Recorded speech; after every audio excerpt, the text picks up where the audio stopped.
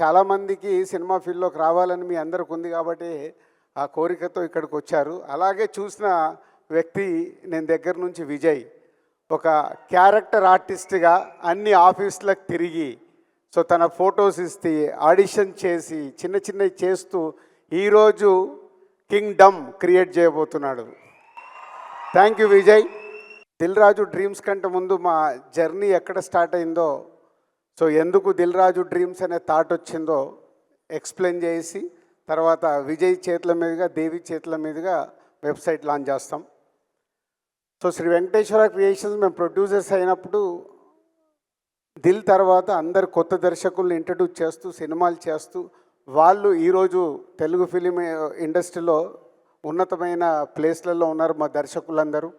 అలాగే మేము మా సంస్థని కొత్త దర్శకులతో పాటు చేస్తూ సూపర్ హిట్లు కొడుతూ ఈరోజు ఇక్కడ నిలబడ్డామంటే ప్రతి సినిమా ఒక్కొక్క అడుగుగా వేసుకుంటూ రావడం వల్లే 57 ఫిలిమ్స్ కంప్లీట్ అయ్యాయి శ్రీ వెంకటేశ్వర క్రియేషన్స్.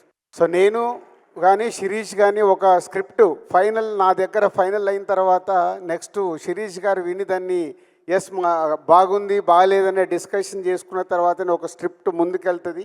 అలాగే ఎడిటింగ్ రూమ్లో కూడా ప్రతి సినిమాని అలాగే అనాలిసిస్ చేసుకుంటూ చెకింగ్ చేసినప్పుడే ఆ సక్సెస్ వస్తుందని నమ్ముతూ ఇక్కడి వరకు 57 ఫిలిమ్స్ కంప్లీట్ చేయగలిగాం. దాని తర్వాత Harshit Ansita next generation cinema ఫీల్డ్లోకి వస్తామన్నప్పుడు కొత్త దర్శకుల తర్వాత మాకు చాలా గ్యాప్ వచ్చేది. అంటే వాళ్ళకు మాకు యాక్సెస్ తగ్గిపోయి మేము బిజీ అయ్యి కొత్త దర్శకులు మమ్మల్ని అప్రోచ్ కావాలన్నా ఆఫ్టర్ 2014 తర్వాత చాలా గ్యాప్ వచ్చింది కొత్త దర్శకులతో మాకు. అప్పుడే హర్షిత్ అన్సిత అంటే వాళ్ళు దిల్ రాజు ప్రొడక్షన్ అని బలగంతో పాటు వేణుతో పాటు ఇంకా 3 సినిమాలు స్టార్ట్ చేసి 4 కొత్త దర్శకులను ఇంట్రడ్యూస్ చేశారు హర్షిత్ అన్సిత.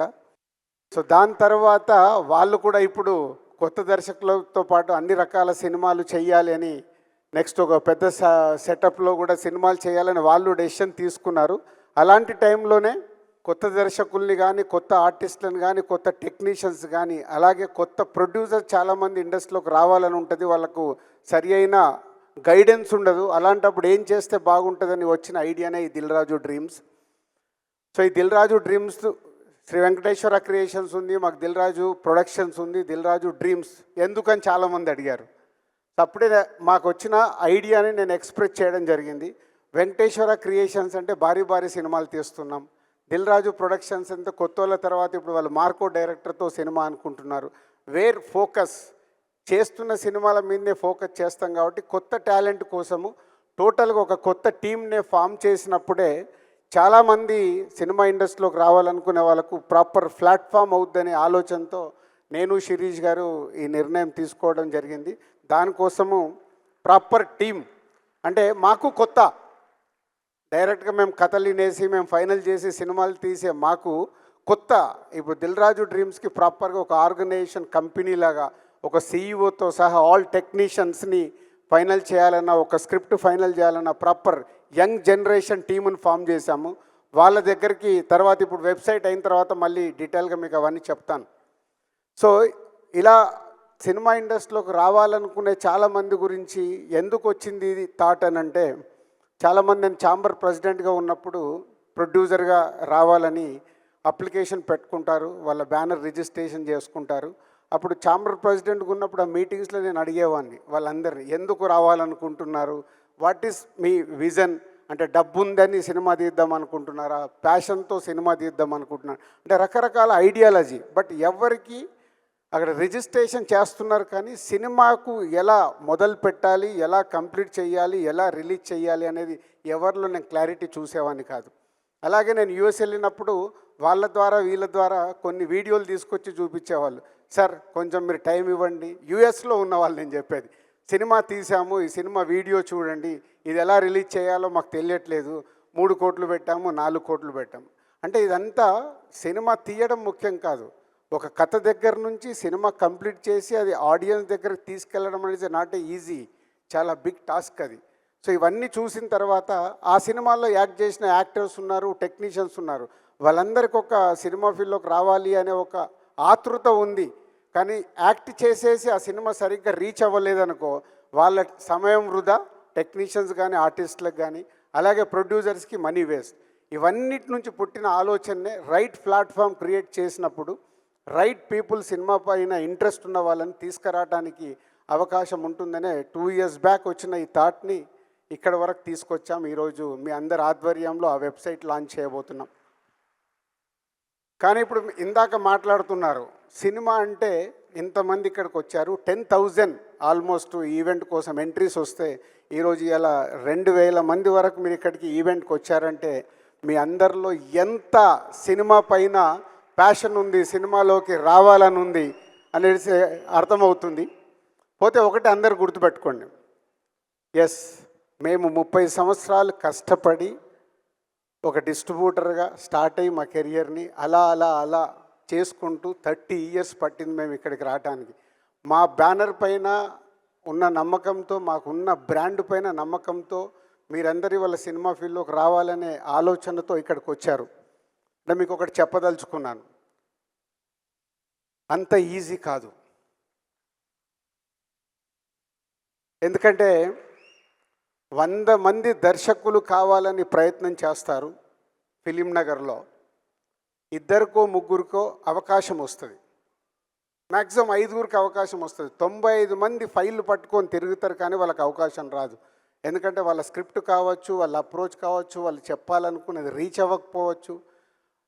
3 to 5% అవకాశం వస్తే అందులో 4 ఫ్లాపులు తీస్తారు, ఒకరు హిట్ సినిమా తీయగలుగుతారు.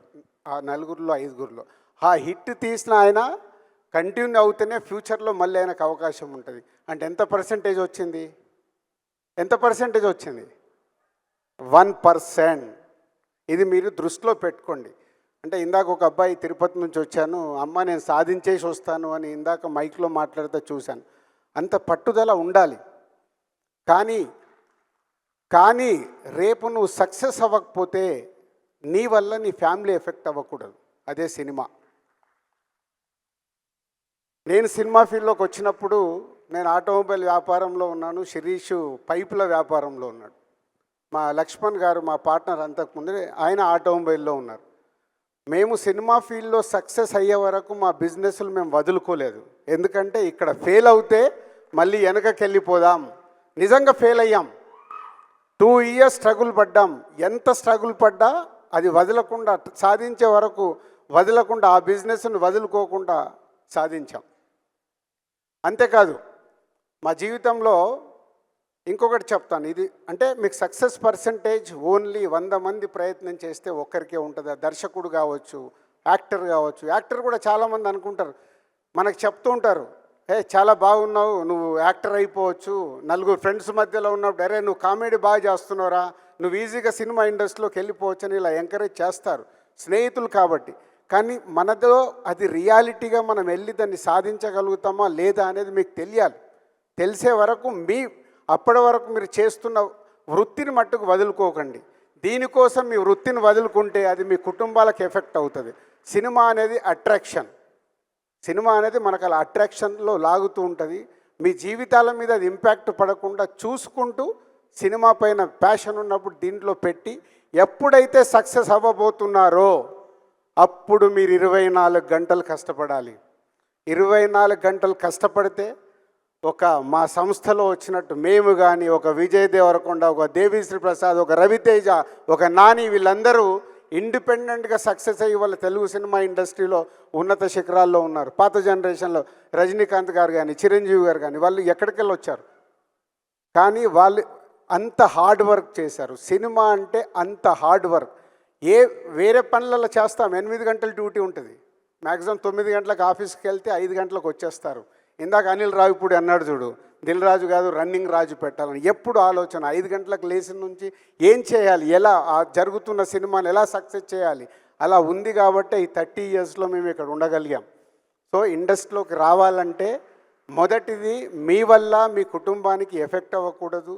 2, ఇక్కడికి వచ్చిన తర్వాత మీరు సక్సెస్ దగ్గరికి రీచ్ అవ్వాలంటే 24 గంటలు సినిమా సినిమా సినిమా సినిమా అంటేనే సక్సెస్ అవుతారు. ఇది గుర్తుపెట్టుకోండి. సినిమా ఫీల్డ్లోకి వచ్చేస్తారు. సరే, ఇప్పుడు దిల్ రాజు డ్రీమ్స్ అనేది మేము ఏదో ప్లాట్ఫామ్ క్రియేట్ చేస్తున్నాం. దీని ద్వారా మీరు అప్లికేషన్లు ఇస్తారు. దాన్ని మా టీం స్క్రూట్నీ చేసి టాలెంట్ ఎలా ఉంది ఏంటి అని వాళ్ళు స్టడీ చేసి వాళ్ళు టీంలో మెజారిటీ పీపుల్ లైక్ చేసిన తర్వాత అది మా దగ్గరకు పంపిస్తారు. ఇది మీరు చెక్ చేయండి. అప్పుడు మా దగ్గరకు వచ్చాక ప్రతి వీక్ మేము కొంచెం టైం స్పెండ్ చేసి దాన్ని చెక్ చేసి ఓకే చేస్తాం. కానీ చాలామంది రిజెక్ట్ అవుతారు. అది గుర్తుపెట్టుకోండి. చాలామంది రిజెక్ట్ అయినప్పుడు మీరు వీక్ అవ్వకూడదు. అరే దిల్ రాజు డ్రీమ్స్ మేము పెట్టాం మమ్మల్ని రిజెక్ట్ చేశారని. మీలో టాలెంట్ ఉన్నప్పుడే ఆ టాలెంట్లో నేను చెప్పాను కదా 1 to 5 మెంబర్స్ ఆ 5లోకి వెళ్ళాలంటే మీలో ఎంతో టాలెంట్ ఉంటే కానీ ఆ 5లోకి వెళ్ళలేరు. 95% వెనకకి వెళ్తారు. సో దీన్ని మీరు దృష్టిలో పెట్టుకొని ఎప్పుడు ఆ కాన్ఫిడెంట్గా మీలో ఉన్నప్పుడే సక్సెస్ అవుతారు. అలాగే సినిమా ఫీల్డ్లోకి వచ్చిన తర్వాత చాలా మోసాలు ఉంటాయి. ఇక్కడ మోసాలంటే సినిమాలోకి రావడానికి చాలామంది ప్రొడ్యూసర్లు ఉంటారు. ఎప్పుడు చెప్తారు, సార్ మేము 2 crores అనుకొని మొదలు పెట్టాము 4 కోట్లు అవుతుందని. మొదలు పెట్టడానికి మన చుట్టుపక్కల ఉన్న వాళ్ళు 2 కోట్లే చెప్తారు, అయిపోయే వరకు అది 4 కోట్లు అవుతుంది. మీరు ఆస్తులు అమ్ముతారు, సినిమా తీయాలనేది ఎక్కడి నుంచి అప్పు తీసుకొస్తారు, మధ్యలో స్టక్ అయిపోతారు. Be careful. సినిమా ఫీల్డ్లోకి ఒక ప్రొడ్యూసర్ కావాలంటే మీకు అవగాహన ఉండాలి. అందుకే ఈ దిల్ రాజు డ్రీమ్స్లో ఫస్ట్ టైం ఒక ప్రొడ్యూసర్ కాలం కూడా పెడుతున్నాం. ప్రొడ్యూస్ కావాలన్న వాళ్ళు కూడా కనెక్ట్ అయ్యి రియాలిటీ ఆ సినిమాకి నిజంగా మార్కెట్ అవుద్దా, ఎంత బడ్జెట్ అవుద్ది ఏంటి మొత్తం మా టీం అనాలిసిస్ చేసి చెప్తారు. ఫైనల్గా మా దగ్గరకు వచ్చినప్పుడు మేము చెప్తాం దాన్ని. నేను ఇందాక చెప్పాను సినిమా ఫీల్డ్లోకి వచ్చినప్పుడు ఒకటి జరుగుతుంది. మా లైఫ్లో జరిగిన ఒక ఇన్సిడెంట్ చెప్పాలి. కానీ ఆ రోజు మేము చాలా తెలివిగా యూటర్న్ చేసుకొని ముందుకెళ్ళాం కాబట్టి సక్సెస్ అయ్యాం. 1996లో మేము సినిమా ఫీల్డ్లోకి వచ్చినప్పుడు మహేందర్ రెడ్డి గారని మా కజిన్ బ్రదర్ ద్వారా ఇండస్ట్రీలోకి వచ్చి తర్వాత మేము ఓన్గా స్టార్ట్ చేసాం. ఓన్గా స్టార్ట్ చేసినప్పుడు ఒక సినిమా కొందామని ఒక ప్రొడ్యూసర్ని డైరెక్టర్ అప్రోచ్ అయ్యి సినిమా కొన్నాం నైజాం ఏరియాకి. కొంటే వాళ్ళ సినిమా ఓపెనింగ్ రోజు నన్ను మా శిరీష్ గారు లక్ష్మణ్ గారు అన్న ముగ్గురం కలిసి వెళ్తే, సార్ మీరు చాలా బాగున్నారు, మీరు యాక్ట్ చేస్తారా అన్నారు.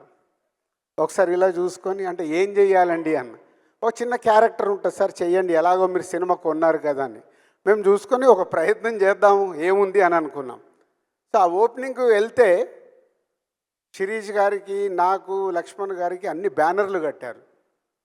లేని మనకు అన్ని బ్యానర్లు కట్టారు, అసలు మనమే కొత్త వాళ్ళము, మనకు అంత సీన్ లేదు, వీళ్ళు ఎందుకు బ్యానర్లు కట్టారని మాకు ముందు డౌట్ వచ్చింది.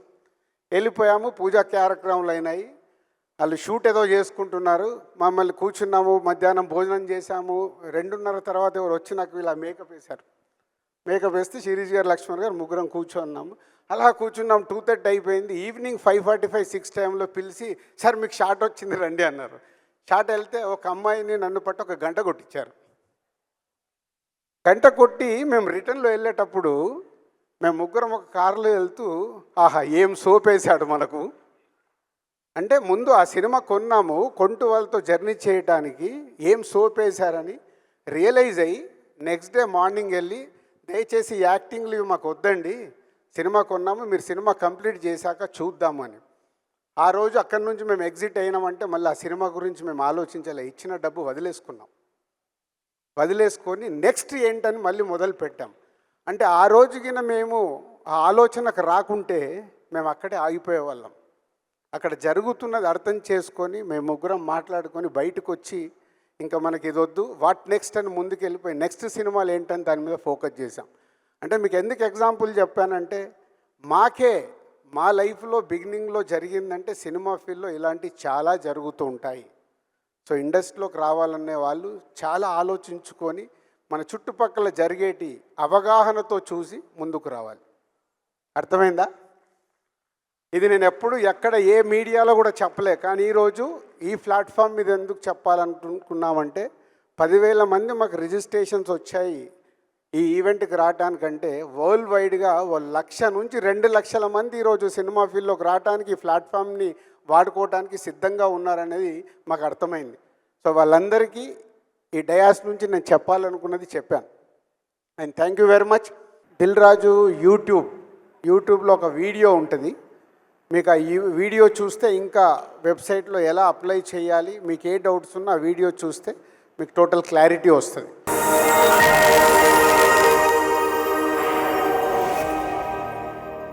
Dreams. Website launch. Welcome to Dil Raju Dreams, a platform created by Mr. Dil Raju to all enthusiastic young filmmakers looking for an opportunity. You can create an account and get yourself registered in Dil Raju Dreams and select your craft you want to try for an opportunity. Sign in through your registered account. Attach your profile, your previous works, a log line of your film, your pitch deck, script, synopsis, and audio file. Also attach your ID, and if you are registered, it can be any vertical. Dil Raju Dreams is for all of us. After your submission, you can check your status of your submission, and once the team reviews your pitch, our team will contact you. Thank you guys.